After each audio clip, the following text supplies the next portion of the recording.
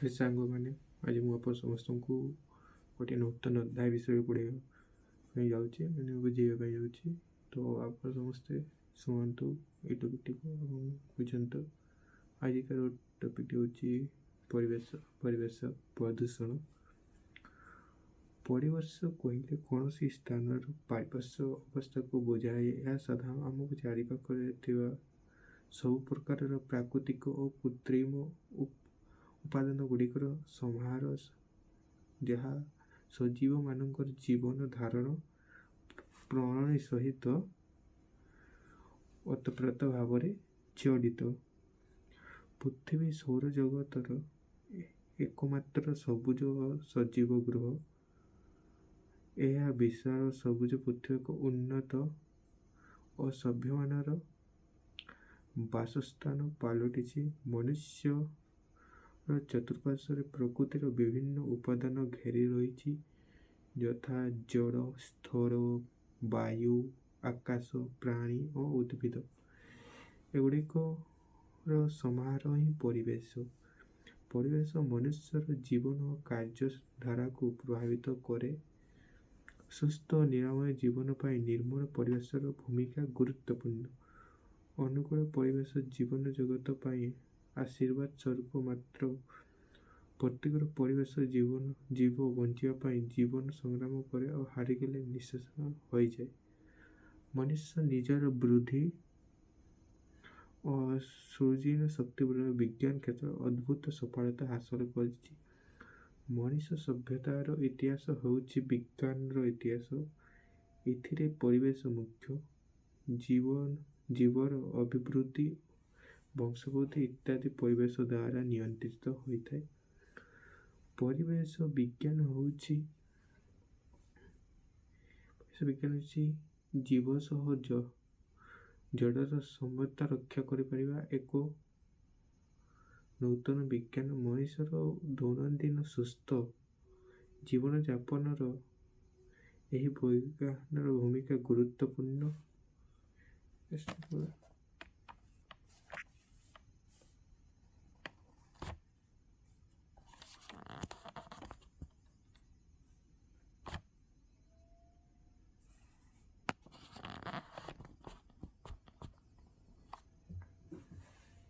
ଏହି ବିଜ୍ଞାନ ଉପଲବ୍ଧ କରାଇଦିଏ ପ୍ରକୃତିର ବିଭିନ୍ନ ଉପାଦାନ ମଧ୍ୟରେ ପରିପୂରକ, ଅନୁପୂରକ, ସହାୟକ ଭୂମିକା। ପରିବେଶର ସନ୍ତୁଳିତ ଅବସ୍ଥା ପାଇଁ ବିଜ୍ଞାନ ଭୂମିକା ମହାନ। ପ୍ରକୃତି ଓ ପରିବେଶ ମଧ୍ୟରେ ସମନ୍ୱୟ ରକ୍ଷା କରିବା ପାଇଁ ଓ ସମୃଦ୍ଧ କରିବା ପାଇଁ ବିଜ୍ଞାନ ବିଚାର ପ୍ରୟୋଗ କରିବା ଦରକାର। ଏହି ମହତ୍ ଉଦ୍ଦେଶ୍ୟ ସାଧନ ପାଇଁ ଏକବିଂଶ ଶତାବ୍ଦୀର ପରିବେଶ ବିଜ୍ଞାନ ଉପରେ ବିଶେଷ ଗୁରୁତ୍ୱ ଦିଆଯାଇଛି ଓ ପରିବେଶ ପାଠ ମାଧ୍ୟମରେ ସଚେତନତା ସୃଷ୍ଟି କରାଯାଉଅଛି। ଏବେ ବର୍ତ୍ତମାନ ନେକ୍ସଟ ଇଏକୁ ଅତିକ୍ରମ କରିବା। ଏହି ପରିବେଶ ବିଜ୍ଞାନ ପରିସର ଅତ୍ୟନ୍ତ ବ୍ୟାପକ। ଭୂଗୋଳ, ଅର୍ଥନୀତି, ରାଜନୀତି, ସମାଜ ତଥ୍ୟ, ସଂସ୍କୃତି ଆଦି ବିଭିନ୍ନ ବିଭାଗକୁ ନେଇ ସମୃଦ୍ଧି ଲାଭ କରିଛି। ଉଦ୍ଭିଦ ବିଜ୍ଞାନ, ପ୍ରାଣୀ ବିଜ୍ଞାନ, ପଦାର୍ଥ ବିଜ୍ଞାନ, ରସାୟନ ବିଜ୍ଞାନ, ଜୀବାଣୁ ବିଜ୍ଞାନ ମଧ୍ୟ ପରିବେଶ ବିଜ୍ଞାନ, ଯଥା ପୃଥ୍ୱୀ ବିଜ୍ଞାନ, ଜୀବ ବିଜ୍ଞାନ, ସମାଜ ବିଜ୍ଞାନ। ବିଜ୍ଞାନର ସମସ୍ତ ବିଭାଗ ସହିତ ପ୍ରଯୁକ୍ତି ବିଦ୍ୟା ପରିବେଶ ବିଜ୍ଞାନକୁ ପ୍ରକୃତ ମୂଲ୍ୟାୟନ କରିବାର ସହାୟକ ହୋଇଛି। ବାୟୁମଣ୍ଡଳ, ଆଟମସ୍ଫିୟର, ପୃଥିବୀକୁ ଘେରି ରହିଥିବା ଗ୍ୟାସୀୟ ଅବଦାନକୁ ବାୟୁମଣ୍ଡଳ କୁହାଯାଏ। ଏହା ବିଭିନ୍ନ ଗ୍ୟାସମାନଙ୍କର ମିଶ୍ରଣ, ମୁଖ୍ୟତଃ ଯବକ୍ଷାରଜାନ 68%, ଅମ୍ଳଜାନ 21% ଓ ଅଙ୍ଗାରକାମ୍ଳ 0.03% ଜଳୀୟ ବାଷ୍ପ ସହ ମିଶି ବାୟୁ ନାମ ଗ୍ରହଣ କରିଅଛି।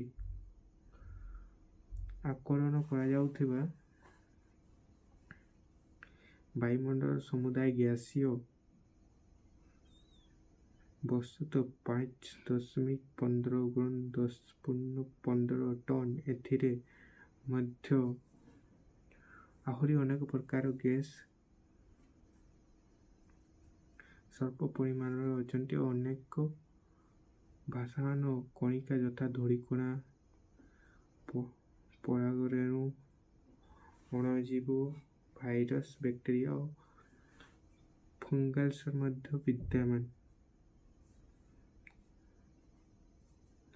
ବାୟୁର ବିଭିନ୍ନ ଗନ୍ଧ ମଧ୍ୟ ରହିଛି, ଯଥା ଫୁଲମାନଙ୍କର ସୁଗନ୍ଧ, କଳକାରଖାନାର ପଚିସଢ଼ା ଯାଇଥିବା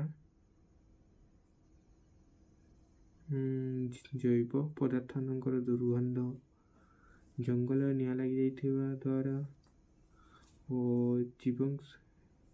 ଜୀବାଂଶ ଇନ୍ଧନ ଦହନ ଦ୍ୱାରା ଧୂଆଁ, ପାଉଁଶ ଓ ବିଭିନ୍ନ ପ୍ରକାରର ଗନ୍ଧ ପ୍ରଦୂଷକ ଯଥା ହାଇଡ୍ରୋଜେନ୍, ଫ୍ଲୋରାଇଡ୍, ସଲଫର ଡାଇଅକ୍ସାଇଡ୍ ଇତ୍ୟାଦି ବାୟୁମଣ୍ଡଳରେ ଆସିଥାନ୍ତି।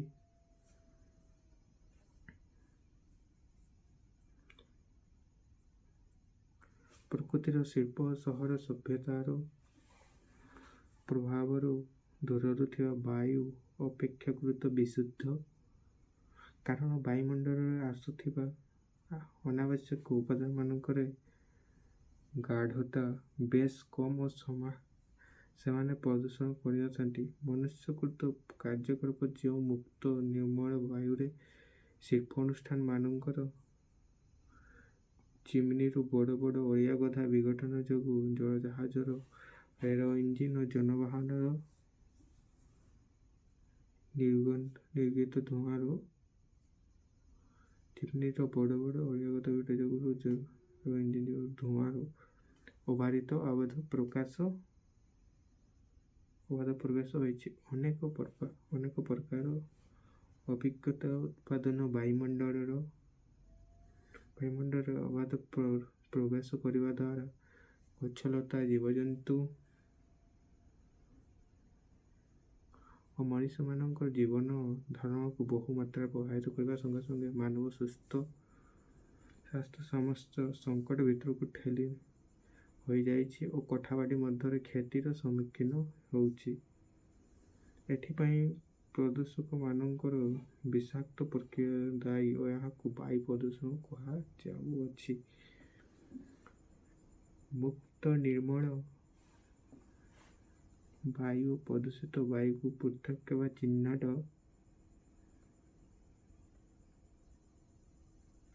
କରିବାର ଉପାୟ ସହଜ ନୁହେଁ।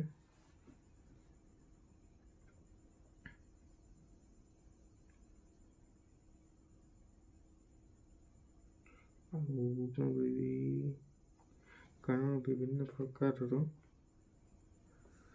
ଜୀବ ପ୍ରଦୂଷଣ ପ୍ରତି ଅଲଗା ଅଲଗା ପ୍ରତିକ୍ରିୟା ଦେଖାଉଥାନ୍ତି ଓ ପ୍ରତ୍ୟେକ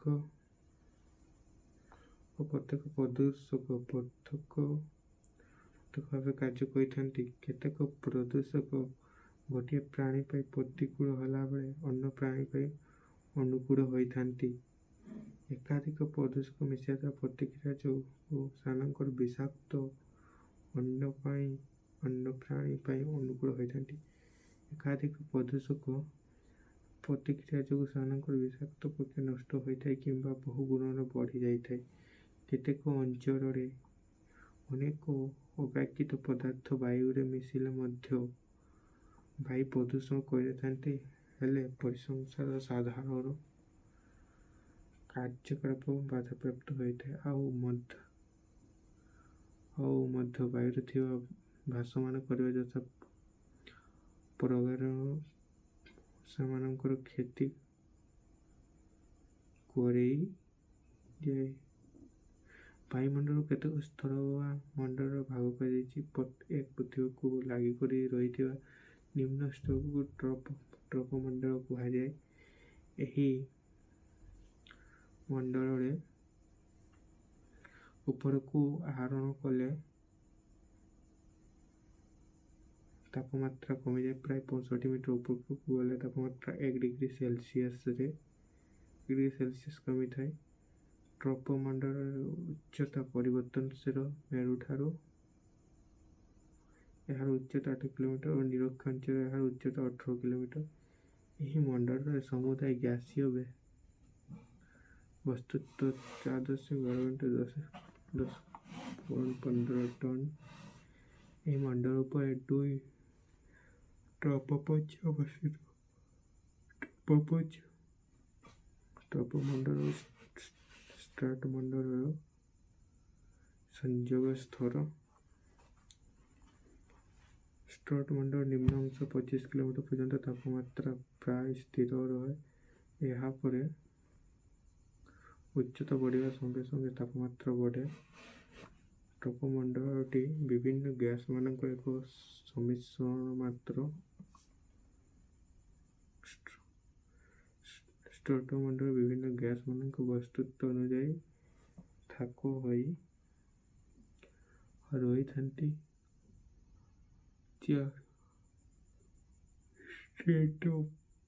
स्ट्रेटोफेज स्ट्रेटोमंडल मेजोमंडल संयोग स्तर पूर्ण तापमात्रा ह्रास 55-80 किलोमीटर पर्यंत परिलक्षित होता है। यार ऊपर को मोकोपेज थर्मोमंडल आयन मंडल एकज मंडल आदि रही। एकज मंडल पर 1000 किलोमीटर ऊपर को महाशून्य बोली कहुए। परिवेश अंग पृथ्वी को घेरी रही गैसियस आस्तरण को वायुमंडल कहुए। परिस्थापन दृष्टिकोण मृत्तिका भीतर थी वायु उद्भिद को कोषरे वायुमंडल अंश जीवन पर अत्यंत उपादेय परिसर एक प्रधान अंग। तेज वायुमंडल नथिले कौन होता। प्रथमतः दिन तापमात्रा यथेष्ट अधिक होता और राति तापमात्रा खूब कमी जाता कारण बिना बाधार सौर विकिरण पृथ्वी को स्पर्श कर प्रतिफलित विकिरण त्याग कर जीवन प्रक्रिया संभव हो पाई न था। तापमात्रा दैनिक व्यवधान अत्याधिक हेले कौन प्रकार जीव तिष्ठा असंभव हम। जो ग्रह मान वायुमंडल ना से सर्वनिम्न तापमात्रार व्यवधान खूब बेसी परिलक्षित। द्वितीय तो वायुमंडल हूँ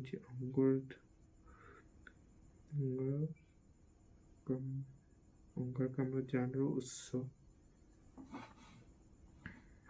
आलोक संश्लेषण प्रक्रिया निमंते अत्यंत उपयोगी। प्रत्येक कोषर जीवन प्रक्रिया वायुमंडल थी अम्लजान आवश्यकता पड़ी था। यार अभाव प्राणी मृत्यु मुखर पड़ता है। वायुमंडल मध्य निष्क्रिय गैस जैवोत्सर्जन ग्रंथागार। ये जैवोत्सर्जन जैविक विद्युत रासायनिक प्रतिक्रिया और नाइट्रेट को रूपांतरित हो जीवन प्रक्रिया सक्रिय भूमिका होइथिबा प्रत्येक